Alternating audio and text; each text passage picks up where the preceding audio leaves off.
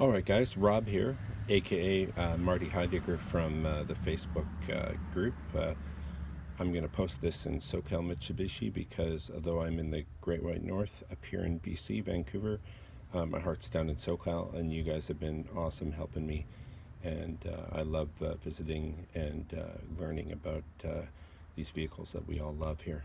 So I've decided to install two USB charging ports into the center console. One up front right above the accessory socket, which I'll swing around and show you there, and then one in the back so that the passengers can access power from the back, and I won't have people running cords from the back to the front trying to plug into the ports or the cigarette lighter ports that are up there. Anyway, the thing to note about these USB charging ports is that they're fusible, and you can see the fuses there, which is why I've wired it the way I've wired it here. So I'll just explain really brief. If you go up to the front, here's the original accessory socket.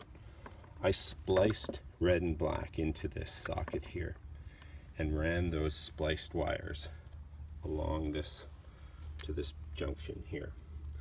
So that's red and black from the accessory socket at the junction. Then I've got two blacks and two reds running out from the junction. One black routes backwards to the USB charge port that I installed. The other black follows into the console and goes to this junction back here, which then, if you follow that, these two black and red pairs actually feed this port here. Following again the two reds coming to the back, you'll see they terminated this junction box, and then the fusible parts of the reds pick up off the back end here, and we already followed one of these going to this guy. Well, that means the other guy must have to loop all the way back to go to the one up front. Now, why did I do this?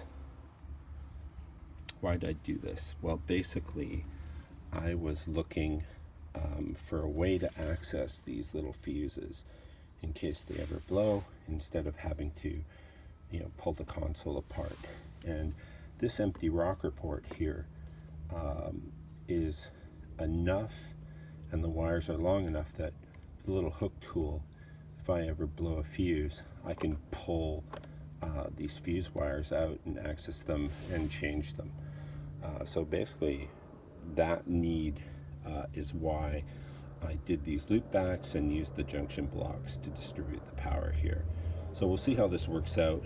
I've left it a little bit loose here because, of course, I still got to install it into the car and carry it out there. So I'll clean this wiring up a little bit. I do need a little bit of slack on these reds to be able to pull them out of this rocker panel down here. But otherwise, I think this should work out fairly well. I've used a lot of crazy glue on these junction blocks because I didn't want to screw into the console, and if I was going to do that, I would probably have to get some bolts and bolt through and maybe install some acorn nuts or something on the other side, so I don't have like metal screw ends sticking through that could hurt someone or just look kind of nasty. So anyway, that's what I've done here, and I'll be installing it. We'll see how it goes.